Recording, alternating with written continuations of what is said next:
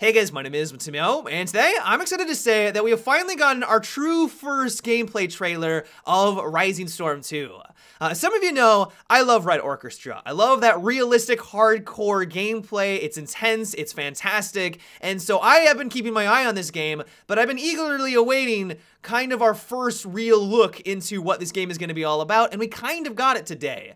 The first thing that I immediately noticed is how amazing the graphics look. Red Orchestra has never really been known for its graphical intensity. They've never been known for that. It's more about the gameplay, and while this isn't like Witcher 3 or anything like that, I was not expecting the new Rising Storm 2 to look this good. The foliage is thick, it looks amazing, the buildings look fantastic, and while the animations do leave something to be desired, the animations are janky, and they've always been janky in the past ones as well, and hopefully they're going to be improving upon it. This is the alpha, but the first thing I immediately took away from this gameplay trailer is how incredible everything looks now. Another thing I'm really excited about is that they've announced that they're going to be focusing on and maintaining that asymmetrical gameplay that this franchise is kind of known for. In the original Red Orchestra and Rising Storm, each faction has different weapons available to them. They, of course, have different strengths and weaknesses, and that's going to dictate your playstyle. You're going to want to, of course, play to the strengths, you're going to want to avoid the weaknesses, and so it does change the way that you approach different objectives. And so that's going to be the same way that they approach Rising Storm 2. If you play as the US faction, or you're fighting for South Vietnam, you're going to have access to the latest and best weaponry during the Vietnam War. You're going to be using the M16, you're going to have grenade launchers, the best of the best type of weaponry. If you're fighting for the North Vietnam, you're going to be using more World War II weapons or Russian variant kind of guns, like the AK-47.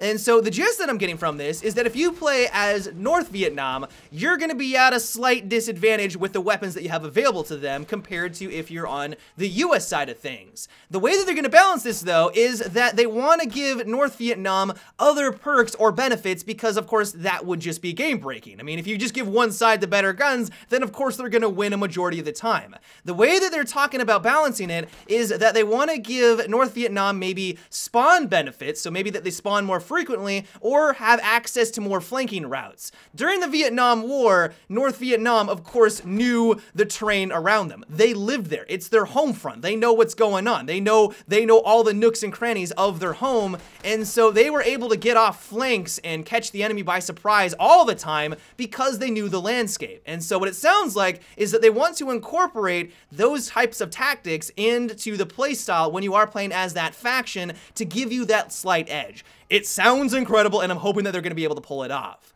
One thing that kind of surprised me is that they announced that they're also going to be creating smaller maps that's going to be focusing more on squad-based teamwork. This franchise has really been known for all-out epic warfare, 64-player large maps. They're awesome, they're chaotic, and they're not going anywhere. They're stressing that they're still going to have those large maps, but they also talked about creating some smaller maps that's going to focus more on like 16 people running around or even 20, and the map size is going to reflect those smaller player counts. Their reasoning behind this is I'm assuming they just want to have more intimate close-quarter combat on some of their maps, but also just to have a game mode or some maps that focus more on the individual squad teamwork and less of the general squads all working together. I mean, you can do a lot with your own squad in Rising Storm. If you play the objective and you're all working together, you can do a lot, but it's more of a team-based effort overall. In the smaller game modes, it is going to be more dependent on the individual skill of the player, but also the cohesion of each squad, and so it's going to be interesting to see how everything plays out. I know that some people might be a little hesitant about this because it is a small deviation from their large-scale warfare, but I think if they do it correctly, it could be an awesome addition into the game.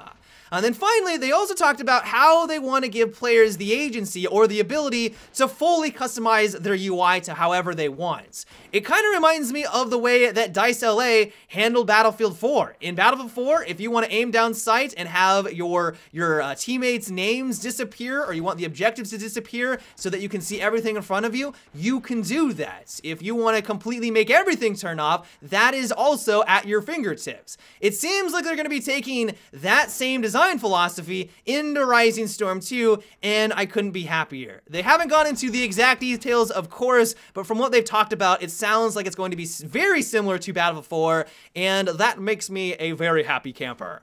But yeah, guys, that is about it for today's video. I hope you enjoyed. Personally, this has gotten me even more excited. I cannot wait to get my hands on this hardcore Vietnam gameplay. It looks awesome. So I hope you guys enjoyed today's video. But yep, until tomorrow, have a good one and take it easy.